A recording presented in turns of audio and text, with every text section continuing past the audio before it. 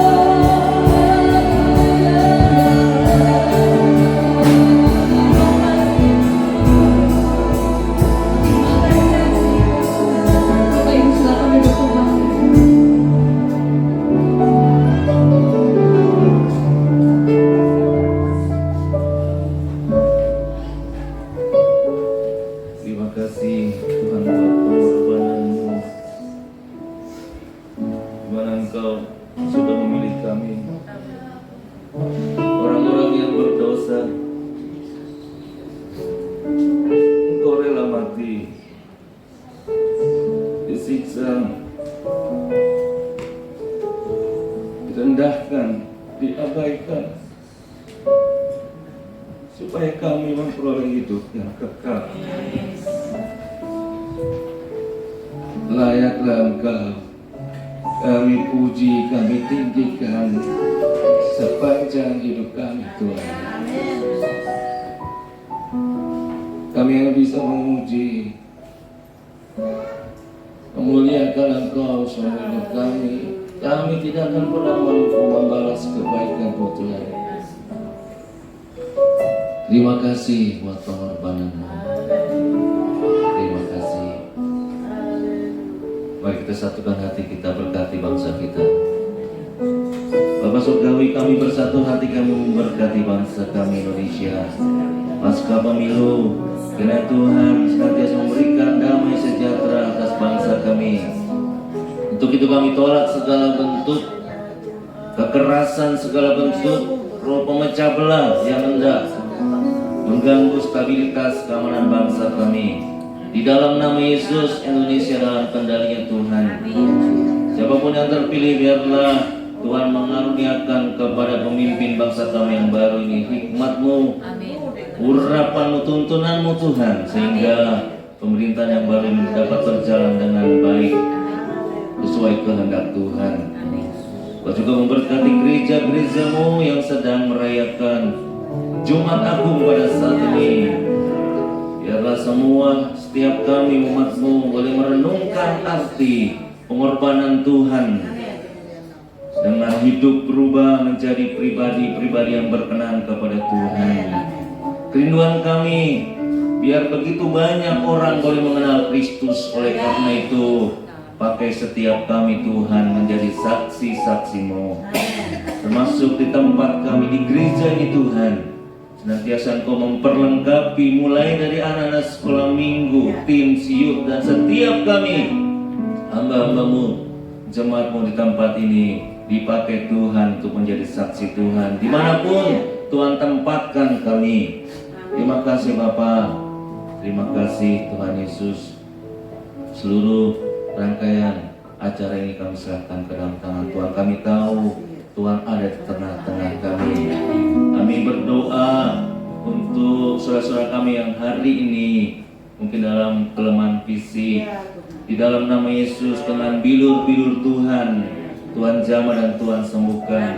Khusus untuk anak kami Kris Tuhan, yang kami dengar akan transfusi darah. Kami berdoa, kami menyerahkan anak kami Kris ke dalam tangan-Mu. Di dalam nama Yesus, dengan bilur-bilur Tuhan, Kris boleh mengalami kesembuhan, pemulihan yang sempurna. Berkati dokter-dokter yang menanganinya. Kau berkati Tuhan dalam nama Yesus. Kau berkati keluarga Padanang, kau tetap kuat dan tetap berharap kepada Tuhan saja. Terima kasih Tuhan. Yang lemah dikuatkan, yang miskin diperkaya, yang letih lesu berbeban berat mendapat kelegaan, dan yang sakit-sakit sudah Tuhan sembuhkan. Yang terikat sudah Tuhan bebaskan dalam nama Yesus.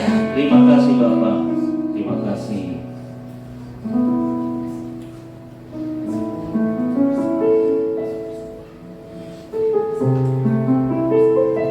Mari kita angkat persembahan kita. Bapa Surgawi,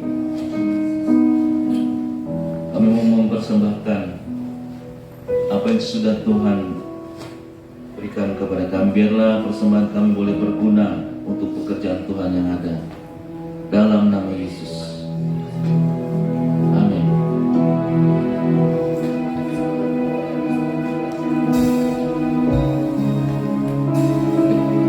Pembacaan Alkitab diambil pada kitab Yesaya 53 ayat 1 sampai 5. Siapakah yang percaya kepada berita yang kami dengar, dan kepada siapakah tangan kekuasaan Tuhan dinyatakan?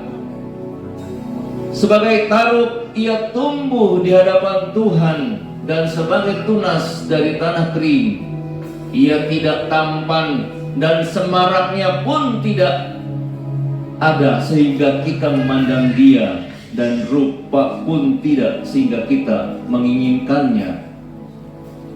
Ia dihina dan dihindari orang.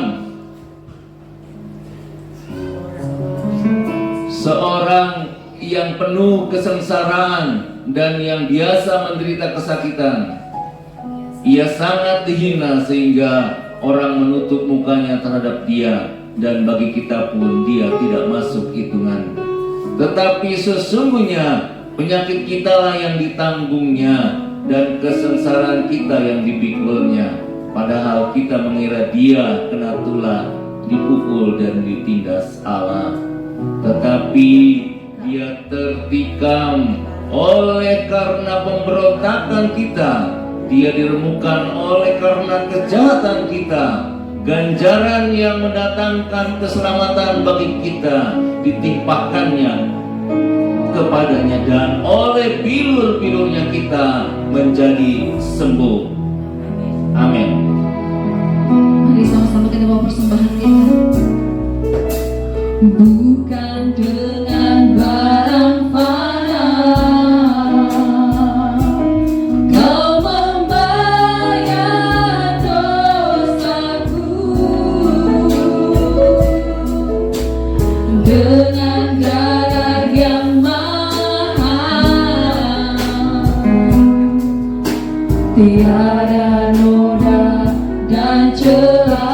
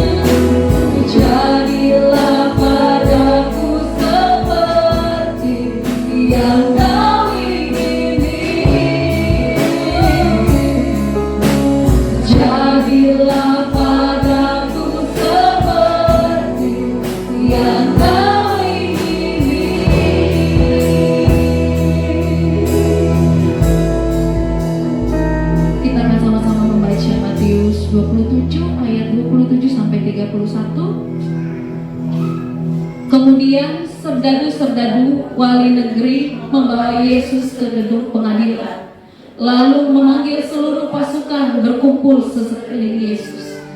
Mereka menanggalkan pakaiannya dan mengenakan jubah ungu kepadanya. Mereka menganyam sebuah mahkota duri dan menaruhnya di atas kepalanya, lalu memberikan dia sebatang bulu di tangan kanannya.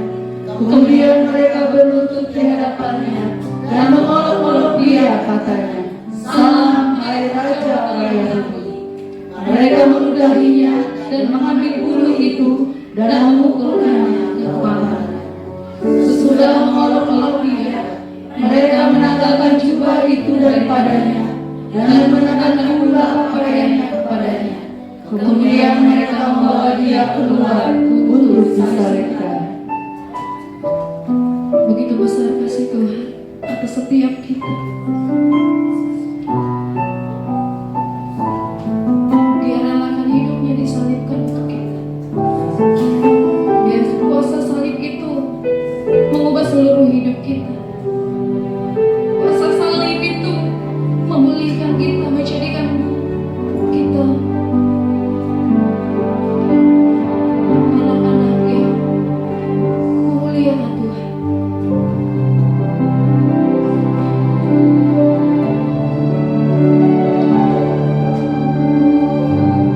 Terima kasih Tuhan Yesus. Ada tempat yang mulia, anugerah-Mu tercurah, Kau berikan hidup-Mu sebagai ganti dosaku. Lebih dari yang kukira, pengampunan yang kuterima, kasih Yesus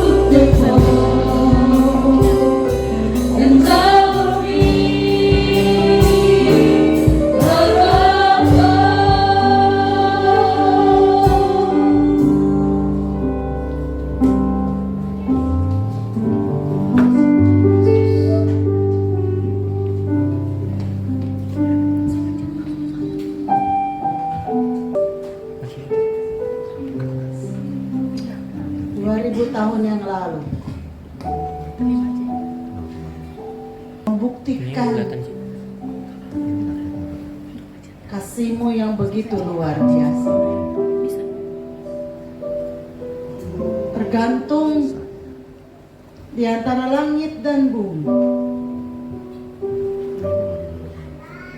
Engkau yang mulia, Engkau yang kudus, Engkau yang suci. Karena dosa kami, Engkau telah menjadi kutuk menggantikan kami. Dan Engkau telah menjadi dosa menggantikan kami, supaya kami beroleh penebusan, supaya kami beroleh hidup.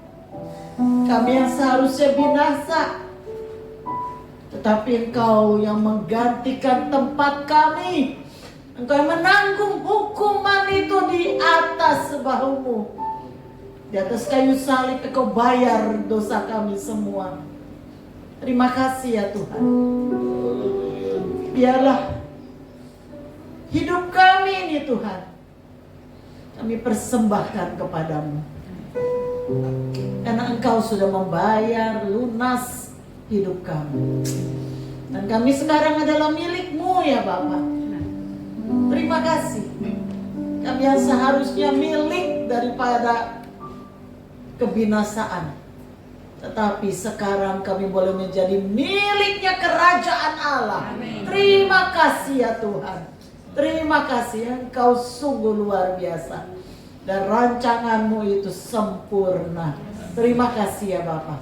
Sebab itu berbicaralah bagi kami. Roh Kudus, penuhi hati kami dengan kebenaran firman.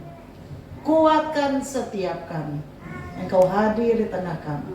Di dalam nama Yesus. Haleluya. Amin. Amin. Silakan duduk Bapak Ibu Saudara. Oh, sebelum duduk coba kasih salam satu sama lain. Katakan Selamat Jumat Agung. Yo, kasih salam satu sama lain. Katakan Selamat Jumat Agung. Haleluya. Selamat Jumat Agung. Selamat Jumat Agung. Puji Tuhan. Ya. Naikin dulu. Udah bisa ditayangkan, kan? Udah bisa ditayangkan? Di sini. Oh, yang di sini nggak ada ya? Yang di sini nggak muncul di sini. Baik. Ya, duduk dahulu semuanya tenang. Ya, ambil tempat posisi masing-masing dengan baik. Puji Tuhan. Ya, yang belum dapat tempat duduk bisa duduk dahulu. Ya, duduk saja. Di mana ada tempat duduk silakan. Jangan banyak berjalan-jalan lagi. Ayo, ambil tempat. Baik, hari ini kita mengambil tema teladan Kristus. Katakan dulu, teladan Kristus. Teladan Kristus. Teladan Kristus yang bagaimana di dalam menghadapi tantangan. Yuk kita katakan sama-sama. Teguh dalam menghadapi tantangan. Yuk kita baca di dalam Lukas 22 ayat 39 sampai 46. Lukas 22 ayat 39 sampai 46. Saya baca ayat 39, Bapak Ibu baca ayat 40, bergantian sampai ayat 46 kita baca bersama-sama. Lalu pergilah Yesus keluar kota, dan sebagaimana biasa ia menuju Bukit Zaitun. Murid-muridnya juga mengikuti dia. Setelah tiba di tempat itu, ia berkata kepada mereka, berdoalah supaya kamu jangan jatuh dalam pencobaan. Kemudian ia menjauhkan diri dari mereka kira-kira sepelempar batu jaraknya. Lalu ia berlutut dan berdoa, katanya, Ya Bapakku, jikalau engkau mau, ambillah cawan ini daripadaku.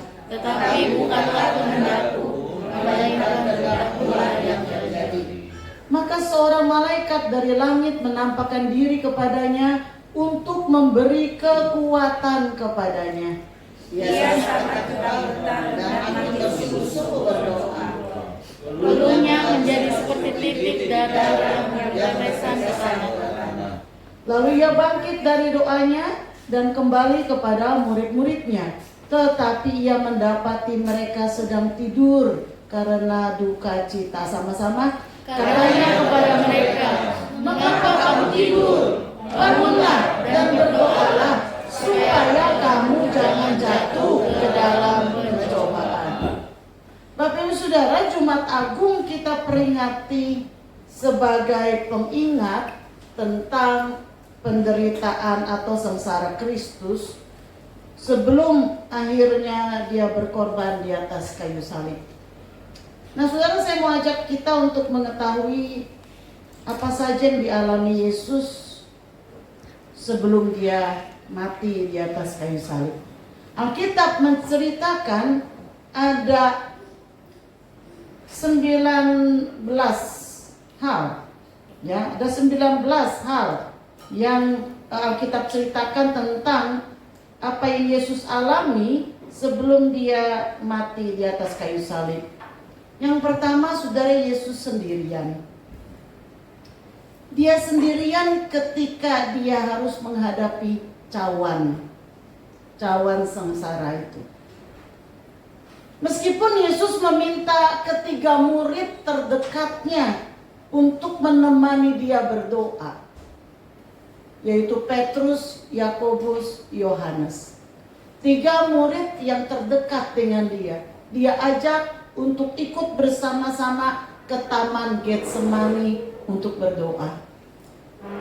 Meskipun Yesus tidak bersama dengan mereka, dia pergi lagi sepelempar batu, agak berjauhan supaya dia bisa berdoa sendirian kepada Bapa, tetapi masih bisa ada dalam batas pandangan.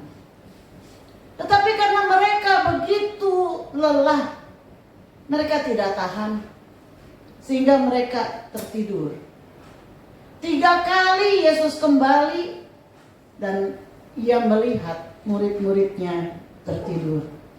Markus 14 ayat 40 mengatakan bahwa mereka sampai tidak tahu harus berkata apa kepada Yesus karena mereka begitu ngantuk, begitu lelah. Ini malamnya, saudara, ya, setelah the last supper, setelah perjamuan terakhir. Nah, saudara, dia sendirian, Yesus sendirian ketika dibawa ke pengadilan Pilatus, maupun ketika dia bawa di mahkamah agama. Semua murid-murid telah melarikan diri, telah meninggalkan dia sejak dari Taman Getsemani. Jadi Yesus sendirian. Kita tahu bahwa sebelumnya selama 3,5 tahun Yesus selalu bersama-sama dengan murid-muridnya. Kemana saja Yesus pergi, murid-muridnya ada bersama dengan dia. Tetapi di saat dia menghadapi hari terakhir dalam hidupnya, maka dia sendirian. Lalu yang kedua, kita mengatakan Yesus ketakutan hingga peluknya menjadi seperti titik-titik darah yang bertetesan ke tanah. Lukas 22 ayat 44 tadi kita sudah baca. Nah, saudara, dalam istilah pengetahuan dikenal sebagai hematohidrosis. Jadi ini mungkin, saudara, mungkin ya. Jadi hematohidrosis ini menurut Dr. Frederick Zugibe dikatakan dia bisa terjadi karena adanya tekanan besar di pembuluh darah. Nah, sekitar kelenjar keringat ada banyak pembuluh darah yang berbentuk seperti jaring, ya. Dan pembuluh darah ini mengembang, bahkan bisa pecah, dan darah mengalir masuk ke kelenjar keringat, saudara, sehingga keringat jadi bercampur dengan darah. Saya mengalami ketika kaki saya bengkak, dan itu sampai pecah kelenjarnya, dan ada yang tercampur dengan darah, ada yang tidak. Jadi penyebab hematohidrosis adalah ketakutan yang teramat sangat. Ada tekanan yang begitu berat. Jadi saudara, saudara yang mengalami ketakutan, mengalami begitu tekanan begitu berat, saudara, Yesus tahu. Yesus mengerti karena dia pernah ada di posisi seperti itu. Dia tahu persis, saudara. Dan itu luar biasanya. Kita bersyukur kita punya Tuhan yang mengenal segala sesuatu. Lalu yang ketiga, dikhianati oleh seorang muridnya dengan mencium Yesus, sehingga disebut ciuman Yudas. Yaitu ciuman itu kan tentunya pengertian ciuman itu karena kita mengasihi. Tetapi ciuman di sini bukan dalam bentuk mengasihi, tetapi ini adalah suatu perangkap. Karena Yudas mengatakan kepada para serdadu, kamu nggak tahu siapa Yesus. Ini saudara, serdadunya ini orang Romawi, saudara, bukan orang Yahudi. Orang Yahudi kenal siapa Yesus, tahu siapa Yesus.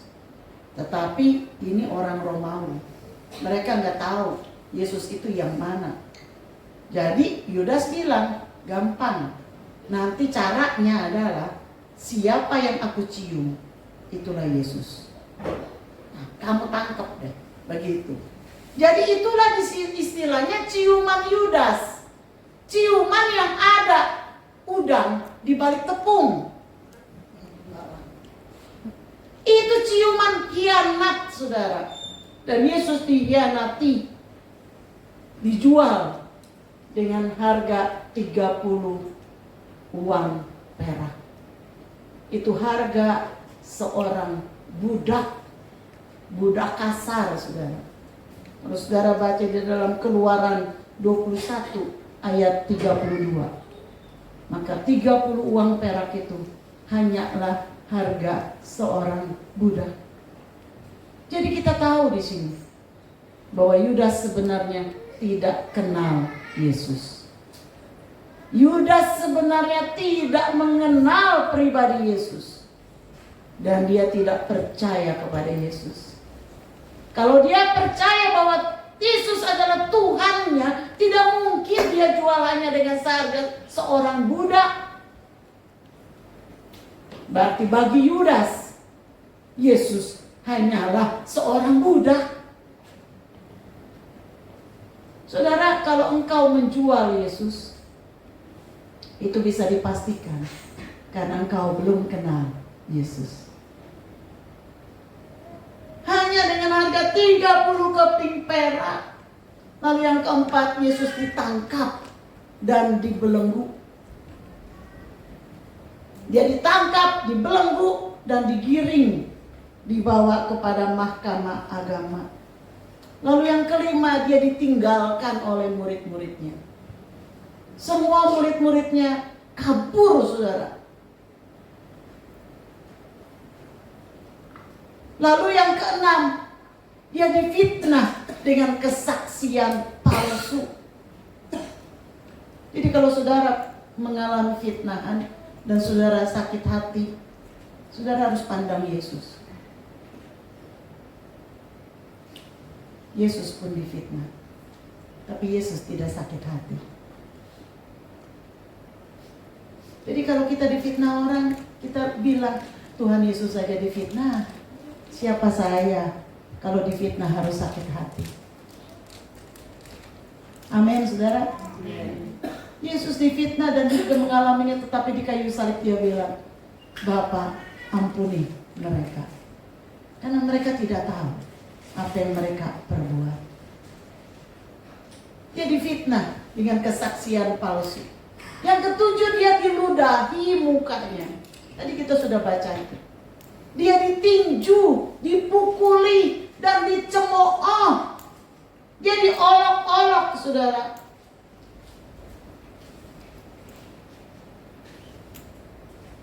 Siapa saudara yang dibully? Kau mungkin dibully di sekolah, di teman kerja, entah di tengah masyarakat yang kau diami. Kalau itu bukan karena kesalahanmu, kau dibully. tenang hatimu. Karena Yesus juga mengalami demikian. Dia diolok-olok, dicemooh, diludahi. Suatu penghinaan yang luar biasa. Lalu dia disangkal oleh murid terdekatnya, oleh Petrus, sebanyak 3 kali sebelum ayam berkokok.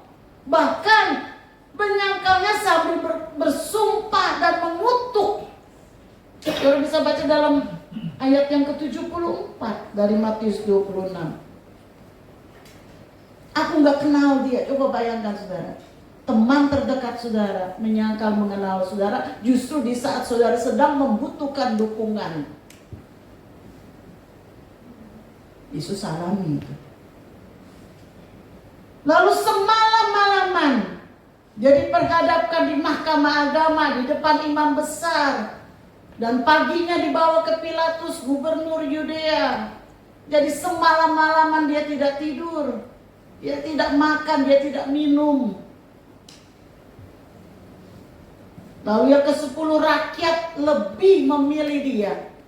Lebih memilih membebaskan Barabas, seorang penjahat besar dan pembunuh, daripada Yesus. Yang ke-11, dia disesat. Dan menurut sejarah dia dicambuk sebanyak 39 kali. Lalu dia dilucuti bajunya, dikenakan baju ungu hanya untuk diolok-olok.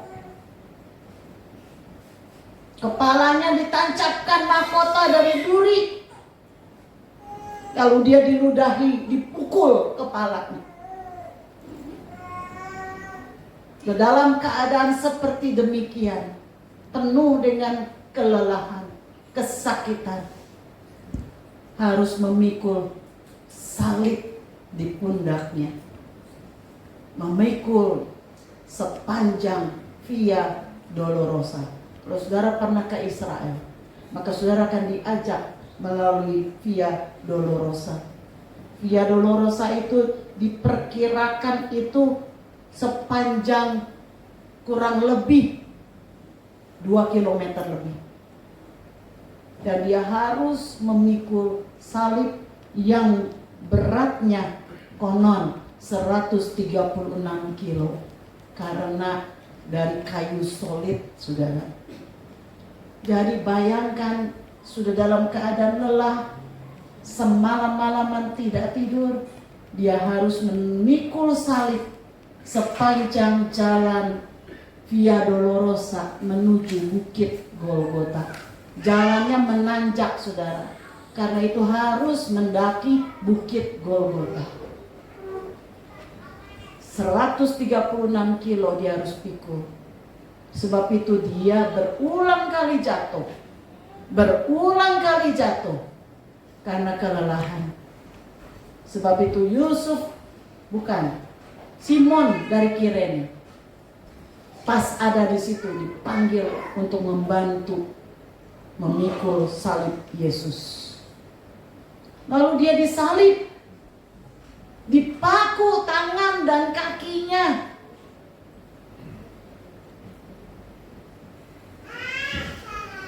Di tengah-tengah 2 penyamun, 2 penjahat, suatu kematian yang memalukan. Dia diberi minum anggur campur empedu, tetapi dia menolak. Jubahnya diundi di antara serdadu. Dia dihujat, dicela. Dan yang paling menyedihkan bagi Yesus, dia ditinggalkan oleh Bapa.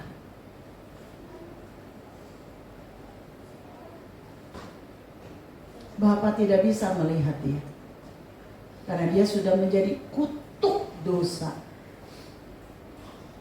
Sebab itu di atas kayu salib dia berkata, Eloi, Eloi, lama sabachthani. Bapakku, Bapakku, mengapa engkau meninggalkan aku?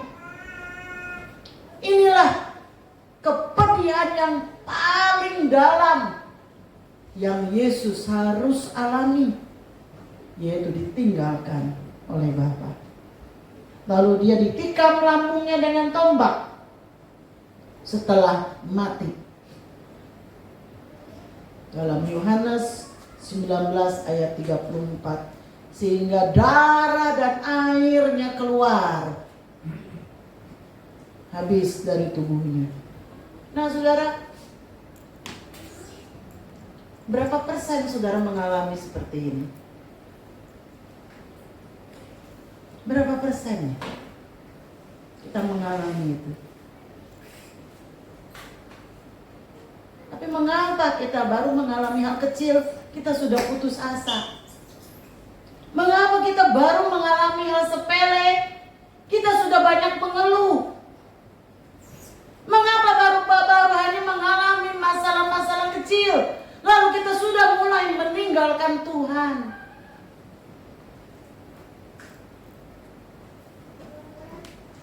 Saudara, sebelum saudara mengalami segala macam, Tuhan sudah alami.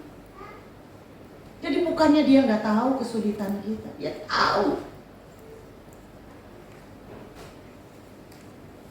Tapi dia mau, dia izinkan itu terjadi, karena dia mau memproses hidup kita. Katakan amin. Nah saudara, Yesus tekun dan memiliki keteguhan hati. Meskipun tantangan besar harus dia hadapi. Saudara, apa yang kita teladani dari Yesus? Supaya kita bisa teguh juga dalam menghadapi tantangan, saudara. Mari kita belajar meneladani Yesus. Dalam hal ini kita nggak perlu ambil contoh lain. Sebab bukankah kita seharusnya harus menjadi seperti Kristus? Itulah tujuan hidup kita yang Tuhan inginkan, yaitu agar kita menjadi seperti Kristus. Mari kita mau belajar, saudara. Yang pertama adalah tidak mudah menyerah. Katakan, tidak mudah menyerah. Tidak mudah menyerah. Coba colek dulu kanan kiri, jangan cepat menyerah. Ya.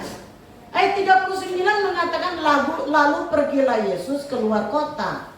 Dan sebagaimana biasa, ia menuju Bukit Zaitun. Murid-muridnya juga mengikuti dia. Yesus pergi ke Bukit Zaitun, dan Alkitab mencatatnya sebagai sesuatu yang sebagaimana biasa ia lakukan. Saudara, Bukit Zaitun adalah tempat berdoa, saudara. Dari sejak zaman Raja Daud, maka Raja Daud dia mendaki Bukit Zaitun dengan telanjang kaki dan sambil menangis di dalam doa ketika ia melarikan diri dari Absalom, anaknya yang ingin membunuhnya. Saudara bisa baca dalam 2 Samuel 15 ayat 30 ya. Bukit Zaitun ini dikenal tempat berdoa, sebab itu Yesus sering pergi ke situ untuk menyendiri bersama dengan Tuhan. Yesus suka berdoa, saudara. Ya. Nah, Lukas 21 ayat 37 mengatakan bahwa Yesus itu suka pergi ke situ untuk berdoa. Nah, Bukit Zaitun juga adalah tempat pengharapan. Sebab Alkitab mengatakan bahwa Yesus naik ke surga dari mana? Yesus naik ke surga itu dari mana? Dari Bukit Zaitun. Saudara, kalau ke Israel itu saudara dibawa ke satu tempat di mana dia ada tapak Yesus katanya. Ya itu kalau soal kayak gitu boleh percaya boleh enggak lah. Tapi oke lah, yang penting bukan itu tapaknya atau enggak, tapi yang penting sejarah membuktikan bahwa Yesus naik ke surga dari tempat itu. Nah, begitu kan yang penting. Jadi Yesus pergi ke surga dari Bukit Zaitun, dan malaikat mengatakan ketika dia naik ke surga bahwa dengan cara yang sama dia akan kembali. Jadi Bukit Zaitun adalah tempat pengharapan bahwa Yesus akan datang kembali di Bukit Zaitun. Kisah 1 ayat 11 sampai 12 dan berkata kepada mereka, nih malaikat nih, hai orang-orang Galilea, mengapakah kamu berdiri melihat ke langit? Yesus ini yang terangkat ke surga meninggalkan kamu, dia akan datang kembali dengan cara yang sama seperti kamu melihat dia naik ke surga. Maka kembali rasul-rasul itu ke Yerusalem dari bukit yang disebut Bukit Zaitun, yang hanya seperjalanan sabat jauhnya dari Yerusalem. Pertanyaannya saudara, kemana saudara biasa pergi? Kemana saudara biasa pergi? Oh, saya biasa pergi ke kafe.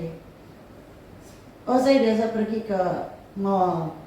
Oh, saya biasa pergi ke tetangga. Oh, saya biasa pergi kemana-mana lah. Pertanyaannya, apakah tempat doa adalah tempat di mana saudara biasa pergi? Apakah saudara suka enggak pergi ke tempat doa? Tempat doa itu terserah, mau di kamar saudara, mau di mana. Pokoknya tempat di mana saudara berdoa. Apakah di dalam hadirat Tuhan adalah tempat yang biasa saudara kunjungi dan yang memberi saudara pengharapan? Atau saudara pergi kepada orang pintar? Atau saudara pergi kepada orang kaya? Atau saudara pergi kepada orang yang menurut saudara bisa menolong saudara? Yesus dikatakan dia biasa pergi ke Bukit Zaitun. Ya, kalau kita mau tidak mudah menyerah, kita harus punya kekuatan doa. Yesus sudah tahu persis peristiwa apa yang bakal dihadapinya. Namun dia tidak berpikir untuk melarikan diri. Dia tidak pernah berpikir untuk meninggal atau menghindari tantangan yang harus dihadapi. Dia memberi teladan kepada kita untuk tidak mudah menyerah. Dia memberi teladan kepada kita untuk kita tetap pada tujuan hidup kita. Apa tujuan hidup kita, saudara? Saya mau katakan, tujuan hidup kita bukan untuk jadi kaya. Karena kekayaan sementara. Tujuan hidup kita bukan untuk saudara menikah dan berkeluarga. Karena itu pun hanya sementara. Itu hanyalah bonus-bonus yang diberikan Tuhan. Tujuan hidup kita bukan hanya memiliki kesuksesan, menjadi terkenal. Bukan, saudara. Tetapi tujuan hidup kita yang lebih mulia dari semuanya adalah untuk memuliakan Allah. Untuk memuliakan Allah, menjadi duta Kristus di dalam dunia. Inilah yang tidak pernah tergoncangkan. Kalau saudara memiliki tujuan hidup seperti ini, hidup saudara tidak mudah up and down. Karena saudara memiliki tujuan yang fix, yang firm, yang teguh, yang kokoh, yaitu memuliakan Allah. Gak peduli saudara dalam keadaan plus atau dalam keadaan minus, saudara dalam keadaan up atau down, saudara dalam keadaan sukses ataupun gagal, gak peduli. Karena memuliakan Allah bisa di mana saja. Memuliakan Allah gak perlu saudara harus jadi kaya dulu baru bisa memuliakan Allah. Memuliakan Allah gak perlu kalau saudara itu sehat baru bisa memuliakan Allah. Memuliakan Allah gak perlu kalau saudara sukses baru bisa memuliakan Allah. No. Apapun situasi, kondisi kita, kita bisa tetap memuliakan Allah. Itu sebabnya ini yang menjadi jauh lebih mulia daripada tujuan-tujuan yang lainnya. Saudara, saya mau katakan di depan kita selalu ada tantangan. Nggak ada orang hidup yang tanpa tantangan. Orang hidup pasti penuh persoalan, ada kesulitan.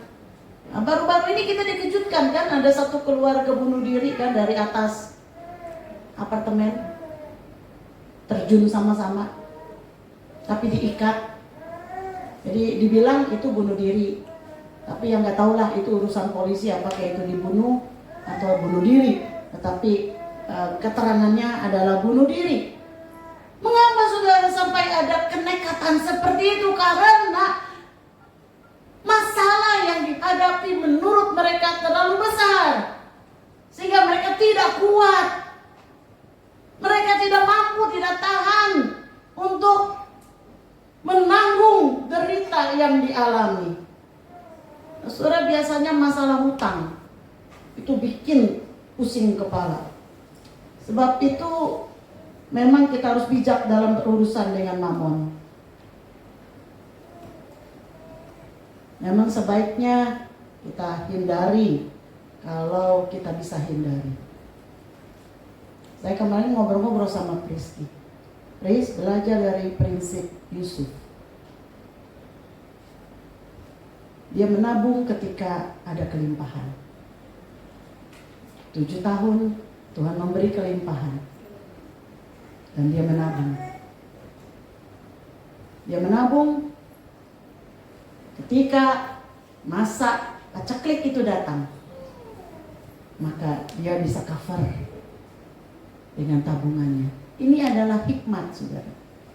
Ini hidup bijaksana.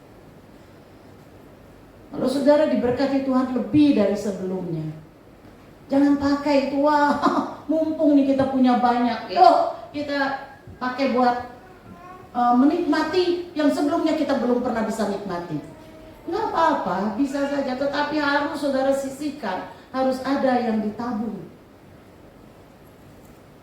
Karena satu kali itu akan terjadi.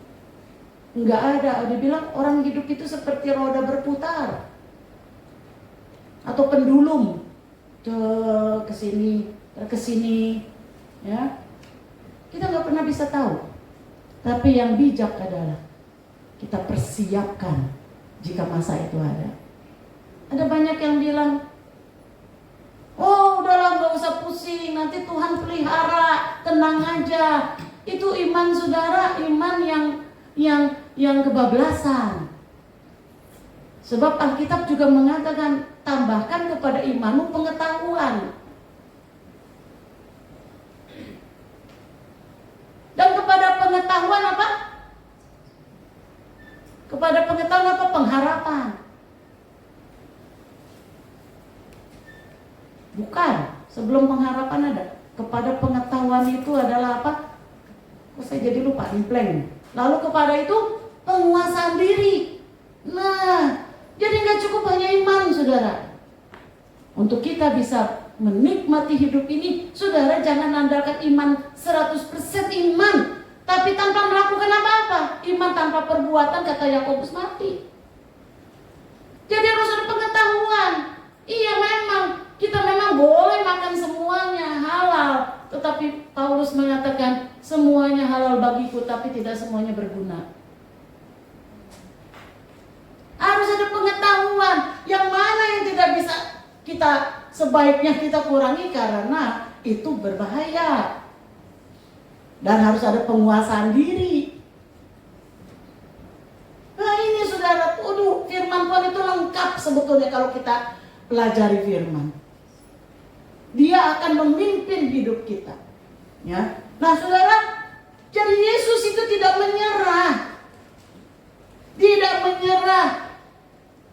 Dia tahu bahwa dia punya visi adalah untuk menyelamatkan manusia dari dosa.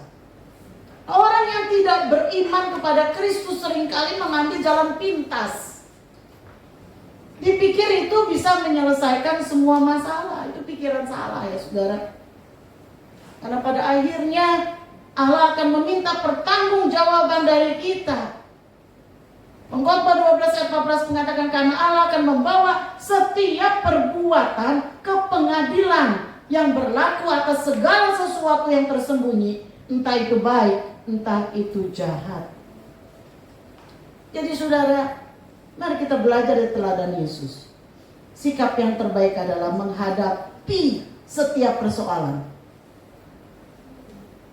dengan tidak menyerah, teguh Dengan apa saudara? Meminta kekuatan dari Tuhan.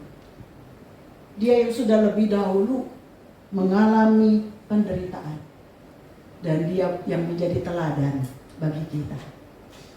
Saudara, waktu Yesus mengalami itu semua, itu adalah kemanusiaan Yesus. Itu penderitaan bagi Yesus yang adalah manusia 100%. Itu penderitaan yang luar biasa. Mari kita meneladani Yesus. Ketika kita dalam keadaan banyak tantangan, jangan menyerah. Saya mau jemaat ini adalah jemaat-jemaat yang ulet, yang teguh, yang enggak mudah lotoy. Itu bahasa apa itu lotoy? Bahasa Perancis itu lotoy. Lotoy. Itu letoy bahasa anak sekarang, lotoy bahasa dulu. Sotoy lain lagi. Ya. Jadi jangan baru ada masalah sedikit, putus pacar, aduh, udah langsung rasanya aku mau mengakhiri aja hidup ini. Ya, kecil banget itu. Ya, jadi mari kita meneladani Yesus. Yesus yang segitu banyak, saya sengaja menguraikan apa yang Alkitab tulis penderitaan Yesus supaya kita melek. Kita belum seberapa itu. Dan kalau kita belum seberapa udah menyerah, udah langsung apalagi meninggalkan Tuhan, tolong ya, saya digantikan dulu ya pelayanan. Saya lagi banyak pikiran. Saya lagi banyak masalah. Gak bisa fokus. Saudara, kalau saudara mau mengalami mujizat, bertahan di dalam penderitaan. Betul. Bertahan. Nah, saudara akan melihat pertolongan Tuhan. Luar biasa. Alami itu, alami. Yang kedua, saudara, yang kedua, menghadapi dengan doa. Ya, ayat 40 sampai 41. Setelah tiba di tempat itu, ia berkata kepada mereka, berdoalah supaya kamu jangan jatuh ke dalam pencobaan. Kemudian ia menjauhkan diri dari mereka kira-kira sepelempar batu jaraknya, lalu berlutut dan berdoa. Saudara, mengapa kita harus berdoa? Dikatakan di situ supaya kita tidak jatuh ke dalam pencobaan. Doa itu menghadirkan Roh Kudus dalam hidup kita. Sehingga Tuhan akan mengingatkan kita jika di hadapan kita itu ada pencobaan. Kita bisa terhindar dari pencobaan. Atau kalau kita sudah tidak bisa menghindar, paling tidak kita tidak jadi terjatuh, nggak sampai jatuh ke dalam pencobaan. Lalu mengapa kita harus berdoa juga? Karena dalam doa kita mendapatkan kekuatan. Jika kita berdoa, Tuhan tidak serta-merta nih. Saya mau kasih kita ingat. Jangan kalau saudara berdoa, saudara mengharapkan Tuhan angkatlah deritaku ini. Tuhan angkatlah gunung-gunung ini Tuhan. Tuhan angkatlah beban ini. Seringkali bukan itu cara Tuhan. Karena apa yang terjadi sama kita ini Tuhan tahu. Dan kalau Tuhan izinkan, itu Tuhan punya maksud. Jadi kalau saudara berdoa, itu kebanyakan bukan dengan cara Tuhan angkat bebanmu, tetapi yang pasti pertolongan Tuhan ada. Yaitu apa? Cara saudara memandang sudah berbeda. Cara saudara melihat persoalan saudara sudah berbeda. Karena Tuhan sudah kasih saudara kekuatan. Kemarin ini saya ketemu sama teman saya, dia cerita dia mengalami waktu itu dia jual barang rongsok ya, jual besi-besi tua, jual barang rongsok. Waktu itu kan bagus sekali, tapi satu kali itu pernah ngedrop banget, jadi dia itu ada hutang besar sekali, dan dia harus jual-jual dia punya aset. Dia bilang, ya puji Tuhan, sebelumnya Tuhan kasih Tuhan kasih kesempatan. Nggak tahu ada pemikiran tuh beli begitu ya, beli tanah, beli aset apa segala, beli. Sekarang rupanya untuk hal ini rupanya Tuhan untuk menolong dia dalam saat ini. Nah saudara, jadi dia cerita bagaimana cara Tuhan membuka jalan sehingga dia bisa menjual asetnya juga dengan cara yang luar biasa. Pertolongan Tuhan. Lalu ada seorang suppliernya dia yang bilang begini, waduh, kamu tuh harusnya bisa gila, bisa bunuh diri.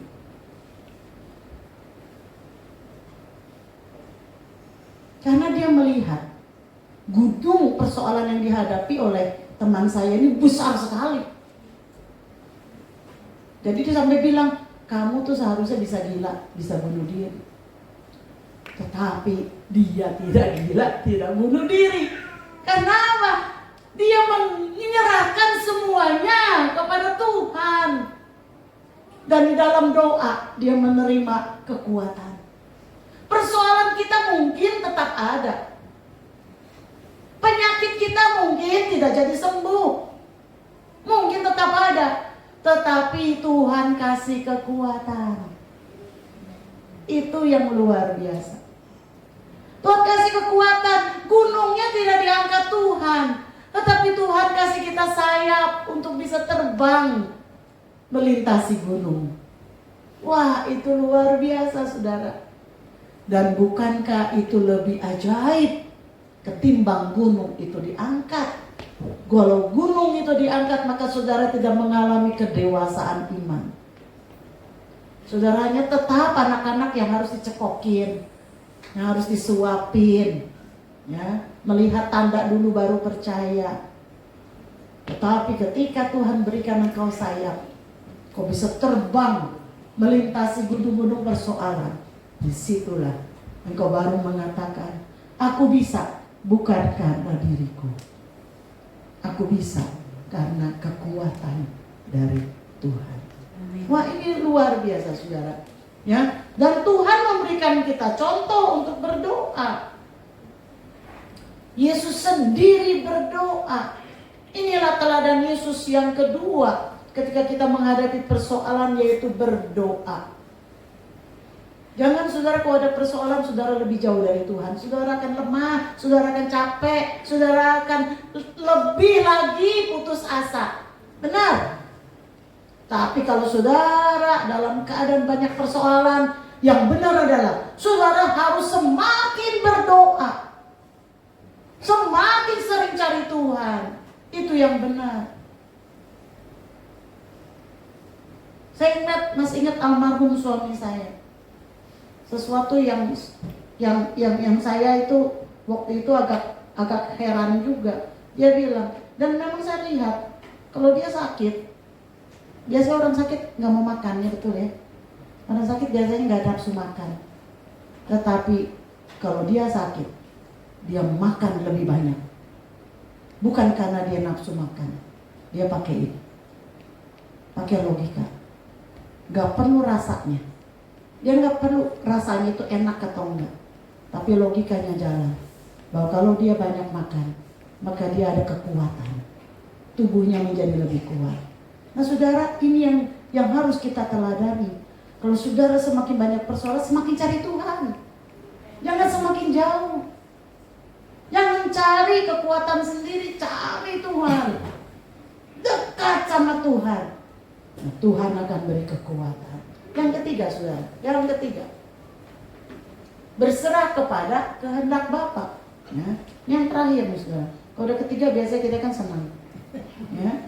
Berserah kepada kehendak Bapa. Di ayat 42, ya, dikatakan di situ, ya Bapakku, jikalau engkau mau, ambillah cawan ini daripadaku. Tetapi bukanlah kehendakku, melainkan kehendakmu lah yang terjadi. Saudara, teladan Kristus yang ketiga adalah menyerahkan semua kehendak kita kepada kehendak Bapa. Di dalam ayat ini mencerminkan bahwa Yesus punya kehendak juga. Coba lihat ya, jikalau engkau mau, ini kehendak Yesus nih, ambillah cawan ini daripadaku. Itu kehendak Yesus pada saat itu sebagai manusia.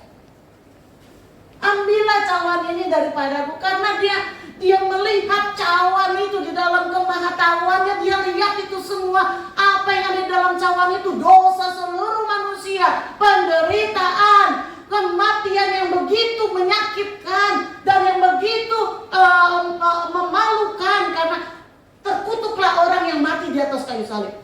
Karena tertulis seperti itu. Dia melihat di dalam cawan itu bagaimana dia akan terpisah dari Bapa. Jadi dia begitu sedih sampai peluh seperti darah. Jadi Yesus punya kehendaknya bilang begitu. Kalau engkau mau Tuhan, ambillah cawan ini daripadaku. Tetapi teladan Yesus adalah dia mendahulukan kehendak Bapa, karena dia tahu kehendak Bapa adalah yang sempurna. Amin. Bukan yang enak. Kalau yang enak mungkin kehendak aku lebih enak. Tapi dia mendahulukan kehendak Allah. Saudara, setiap kita punya kehendak. Setiap kita punya kehendak. Kalau dalam keuangan kita kan pasti inginnya berkelimpahan. Atau paling enggak semua serba pas. Ya, mau jalan-jalan pas ada. Mau beli mobil baru pas ada. Ya kan? Mau beli sesuatu, beli rumah pas ada. Serba pas. Ya, pas perlu pas ada, begitu ya. Nah, dalam pekerjaan mungkin setiap kita kehendaknya mah kita memiliki pekerjaan yang disukai, enggak bikin pusing, enggak terlalu susah, tetapi gajinya gede, kan maunya gitu ya. Kerjaan enggak susah, tapi gaji gede gitu. Kan kita maunya yang enak-enak aja gitu ya. Lalu juga dalam keluarga kita mungkin pengennya punya pasangan tuh yang ganteng gitu ya, six pack gitu ya. Atau kalau pasangan yang perempuan pengennya yang cantik gitu ya. Cantik seperti bintang film. Bintang film siapa sekarang yang cantik? Yang muda-muda ini. Kalau saya tahunya kan Sophia Latjuba ya, udah lama ya. Di zaman dulu ya. Yang muda-muda siapa bintang yang cantik sekarang? Ya? Siapa? Hah? Siapa? Oh, tahunya Korea. Orang-orang anak-anak sekarang taunya Korea. Aduh, ya maunya yang cantik gitu kan. Jadi terus apa? Punya anak-anak pengennya anak-anaknya manis-manis gitu ya, yang gak susah diatur gitu kan. Nah, dalam fisik kita pengennya selalu sehat, makan enak, makan banyak tapi badan tetap sehat, kan maunya gitu ya, badan tetap langsing. Hobi makan gitu kan, tapi cita-cita langsing, ya kan. Nah, biasanya gitu kan, maunya kan begitu, kehendak kita mah maunya kan seperti gitu ya. Nah, tetapi apakah itu semua yang kita kehendaki itu sejalan nggak dengan kehendak Tuhan? Itu yang penting kita pikirkan. Kalau itu nggak sejalan, mari kita meneladani Kristus yang mengatakan bukan kehendakku, melainkan kehendakmu yang jadi. Karena kita percaya kehendak Dia yang sempurna. Karena Dia melihat jauh lebih ke depan daripada apa yang kita lihat. Saudara, banyak kali orang dapat jodoh itu mungkin bukan yang saudara inginkan, tetapi itu yang Tuhan bilang yang cocok bagi saudara. Ya, yang cocok. Kita mungkin nggak ngerti saat ini. Oh, tapi nanti karena Tuhan melihatnya jauh, baru kita mengerti. Nah, saudara, banyak orang yang tetap pokoknya pokoknya ngotot dengan kehendak sendiri. Pokoknya Tuhan, pokoknya. Wah, kalau udah pokoknya itu udah susah. Jadi ngotot. Pokoknya nih ya, aku maunya gini Tuhan. Kalau nggak begini, rasanya aku nggak bisa bahagia. Wah, kan seperti itu. Siapa kita yang tahu apa yang terbaik bagi kita untuk kita bisa bahagia? Tuhan yang tahu. Ya. Jadi mari kita belajar berserah kepada kehendak Tuhan. Ya. Jadi enggak ngotot. Kita bisa bilang, Tuhan, kehendakku sih gini Tuhan. Aku kepengen sih begini. Tetapi bukan kehendakku Tuhan. Kehendakmu yang jadi. Nah itu saudara. Saudara jadi gak stres. Benar deh. Orang coba saudara, kalau saudara stres itu kebanyakan karena apa? Karena saudara ngotot sama kehendak saudara sendiri. Coba saudara kalau pikir-pikir lagi nih. Apa sih, kenapa sih saya begitu stres saat ini? Kenapa ya? Karena saudara ngotot sama kehendakmu sendiri. Tapi ketika saudara bilang, ya sudah Tuhan, kehendakmu lah yang jadi. Saudara mulai pasrah. Saudara mulai berserah kepada Tuhan. Pasrah kurang cocok ya. Berserah kepada Tuhan. Maka saudara akan lebih lega. Saudara akan lebih damai di dalam menjalani hidup ini. Filipi 2 ayat yang ke-8 mengatakan, dan dalam keadaan sebagai manusia, ia telah merendahkan dirinya dan taat sampai mati, bahkan sampai mati di kayu salib. Inilah teladan ketaatan dari Kristus yang luar biasa. Sehingga apa saudara? Sehingga Allah meninggikan dia dan memberikan kepadanya nama di atas segala nama. Filipi 2 ayat 9 mengatakan, saudara, engkau akan menerima upahmu kelak. Engkau akan menerima mahkota kelak. Ketika saudara mau taat, setia, berserah kepada Tuhan. Dahulukan Tuhan di atas segalanya. Belajarlah saudara, dalam hal-hal kecil, dahulukan Tuhan. Dahulukan Tuhan. Ntar saudara akan melihat pertolongan Tuhan yang luar biasa. Ini saudara, mari kita bacain.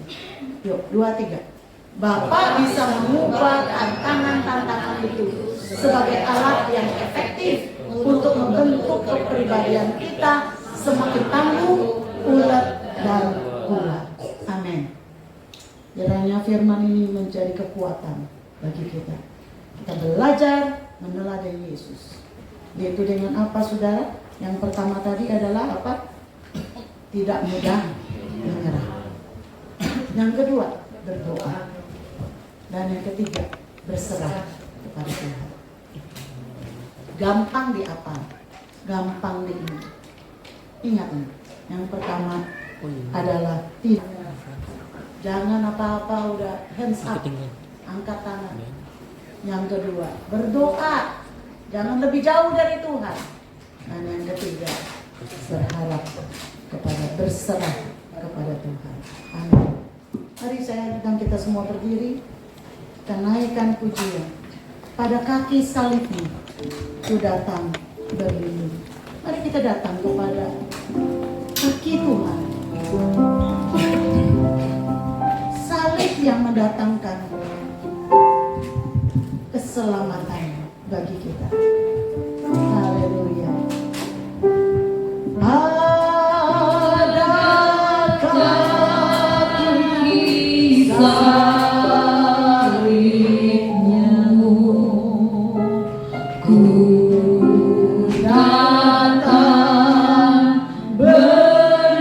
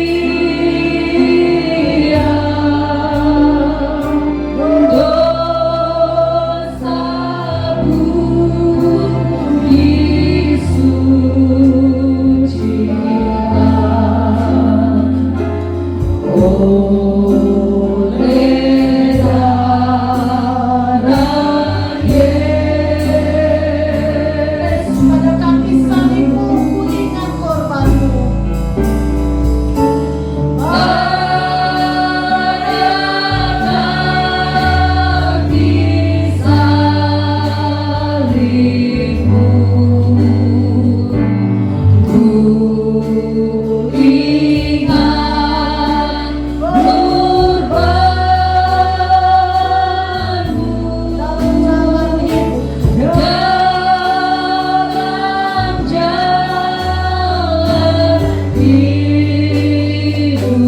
Ku kenang salibnya, salibnya,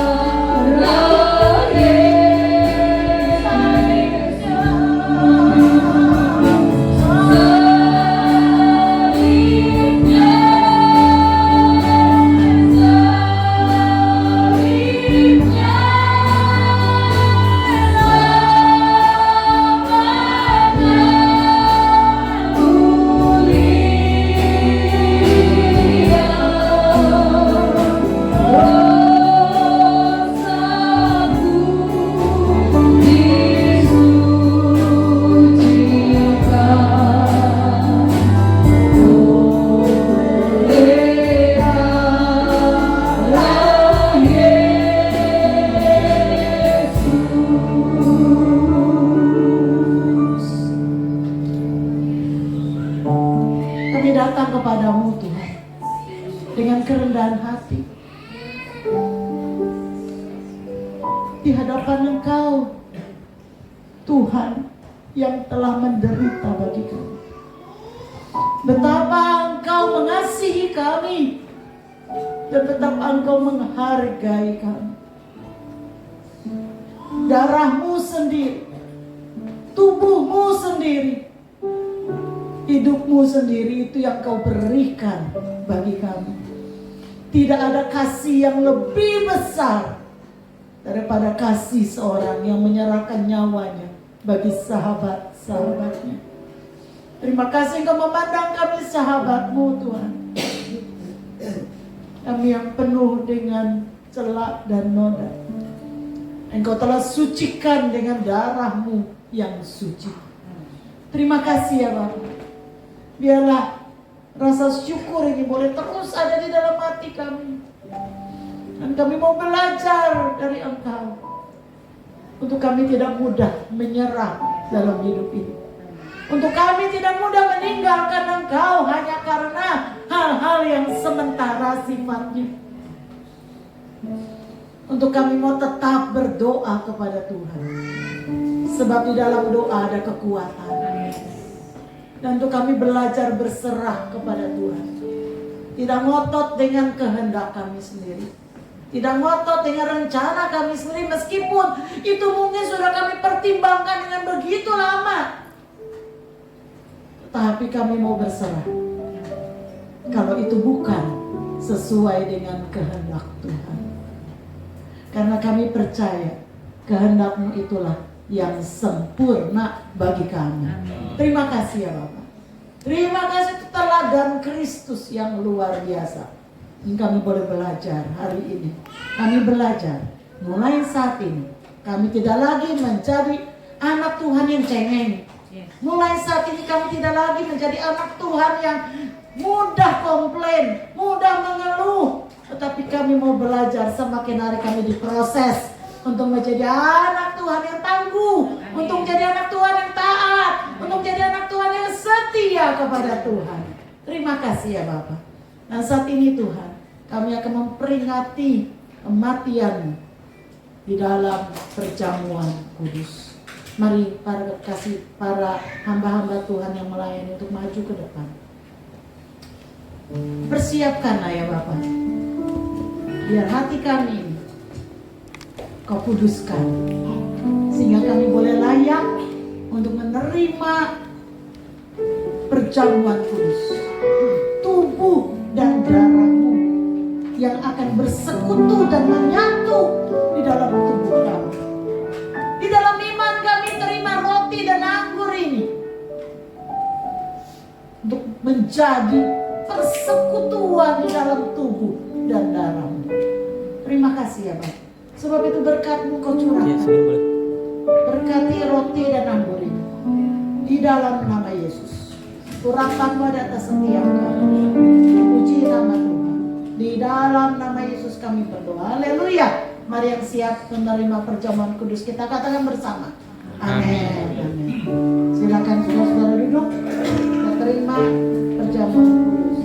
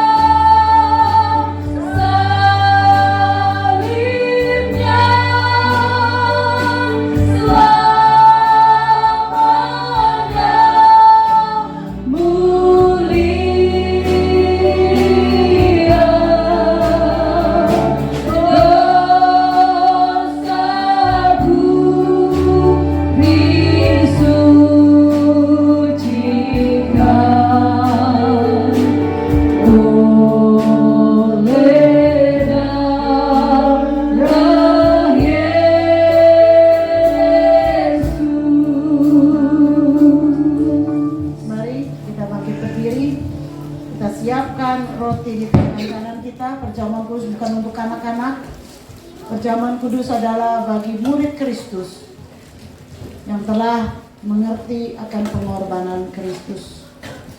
Mari kita angkat roti tinggi-tinggi dan kita dengarkan firman Tuhan. Sebab apa yang telah kuteruskan kepadamu telah aku terima dari Tuhan, yaitu bahwa Tuhan Yesus pada malam waktu ia diserahkan mengambil roti, dan sesudah itu ia mengucap syukur atasnya.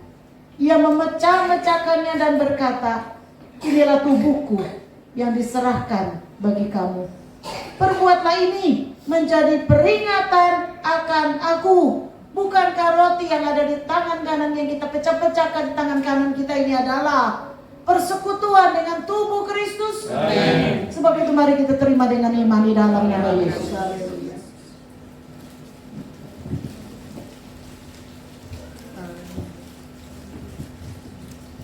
Terima dengan imannya, Bapak. Persekutuan dengan tubuhmu oleh bilur-bilur Kristus kami sudah disembuhkan. Haleluya, haleluya. Mari kita siapkan anggur. Tangan kanan kita dengarkan firman Tuhan. Demikian juga yang mengambil cawan sesudah makan lalu berkata, cawan ini adalah perjanjian baru yang dimeteraikan oleh darahku. Perbuatlah ini setiap kali kamu meminumnya menjadi peringatan akan aku. Sebab setiap kali kamu makan roti ini dan minum cawan ini, kamu memberitakan kematian Tuhan sampai ia datang. Bukankah anggur yang kita pegang ini adalah persekutuan dengan darah Kristus? Amin. Sebab itu mari kita terima dengan iman dan bersyukur dalam nama Yesus. Haleluya, haleluya. Oh, terima kasih. Terima kasih Yesus. Haleluya, haleluya, haleluya. Terima kasih Tuhan. Buat kasih-Mu, buat pengorbanan-Mu. Terima kasih.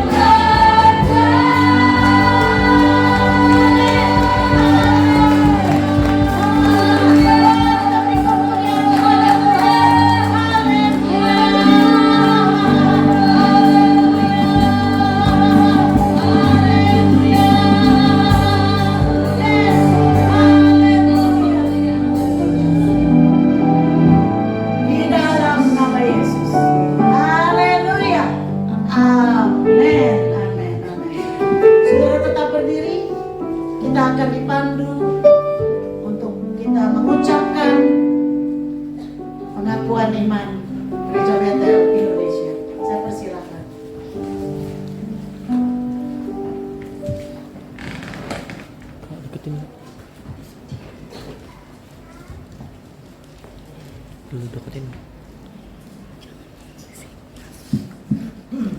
Mari jemaat Tuhan, kita akan mengucapkan untuk pengakuan iman Gereja Betel Indonesia. Mari saya akan memandu.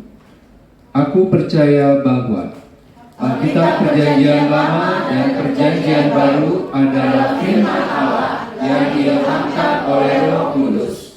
Allah yang Maha Esa, itulah Allah Tritunggal, yaitu Bapa dan Anak dan Roh Kudus, tiga pribadi dalam satu hakikat. Yesus Kristus Juru Selamat dan Pengantara kita adalah Anak Allah yang tunggal, dikandung dari Roh Kudus, dilahirkan oleh perawan Maria, telah disalibkan, mati, dikuburkan, dan dibangkitkan pada hari yang ketiga dari antara orang mati, naik ke surga dan duduk di sebelah kanan Allah Bapa sebagai Tuhan dan Raja segala raja. Semua manusia sudah berdosa dan kehilangan kemuliaan Allah, sehingga harus bertobat dan berbalik kepada Allah untuk menerima pengampunan dosa. Pembenaran dan kelahiran baru terjadi karena iman di dalam darah Yesus Kristus yang dikerjakan oleh Roh Kudus. Setiap orang yang bertobat harus dibaptis secara seram dalam nama Bapa dan Anak dan Roh Kudus, dalam nama Tuhan Yesus Kristus. Penyucian hidup adalah buah kelahiran baru karena percaya dalam darah Yesus Kristus yang dikerjakan oleh kuasa firman Allah dan Roh Kudus. Karena itu kesucian adalah asas dan prinsip hidup umat Kristen.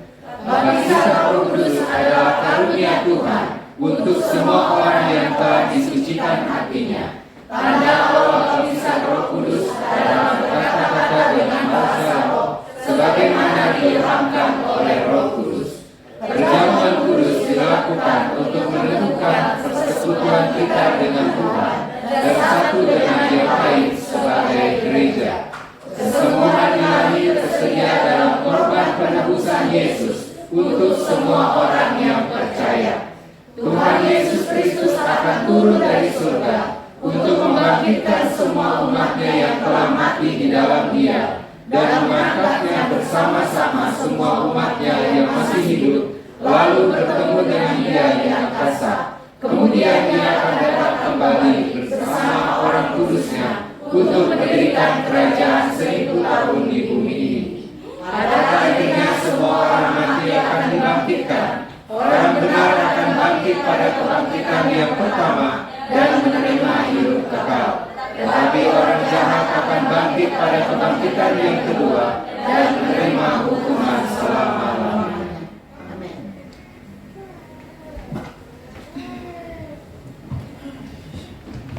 Baik, jangan lupa hari Minggu kita ada ibadah Paskah dan ada perjamuan kasih. Mari kita datang dengan sukacita untuk merayakan kemenangan bukan saja bagi Yesus, tetapi kemenangan bagi setiap orang yang percaya kepada Yesus. Haleluya, haleluya. Yuk kita akan naikkan pujian, sebab Dia hidup pada hari esok. Sebab Dia hidup ada hari esok. Sebab Dia hidup,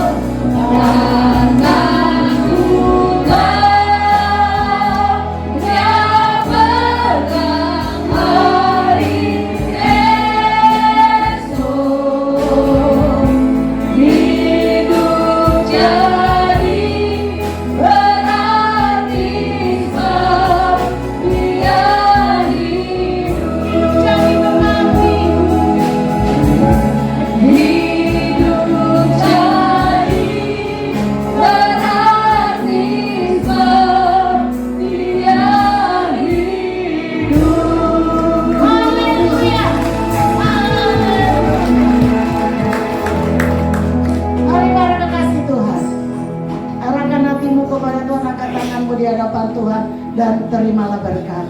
Tuhan memberkati engkau, Tuhan melindungi engkau, Tuhan menyinari engkau dengan wajahnya dan memberi engkau kasih karunia-Nya. Tuhan menghadapkan wajahnya kepadamu dan memberi engkau damai sejahtera. Pulanglah dan bawalah segala berkat, rahmat, anugerah dari Allah Bapa, kasih setia dari Tuhan kita Yesus Kristus, serta pengurapan persekutuan dari Roh Kudus. Itu akan menyertai, memimpin hidup kita mulai dari saat ini sampai Tuhan Yesus datang kembali. Di dalam nama Yesus yang percaya kita serukan bersama. Amin. Haleluya. Selamat Jumat Agung. Tuhan memberkati.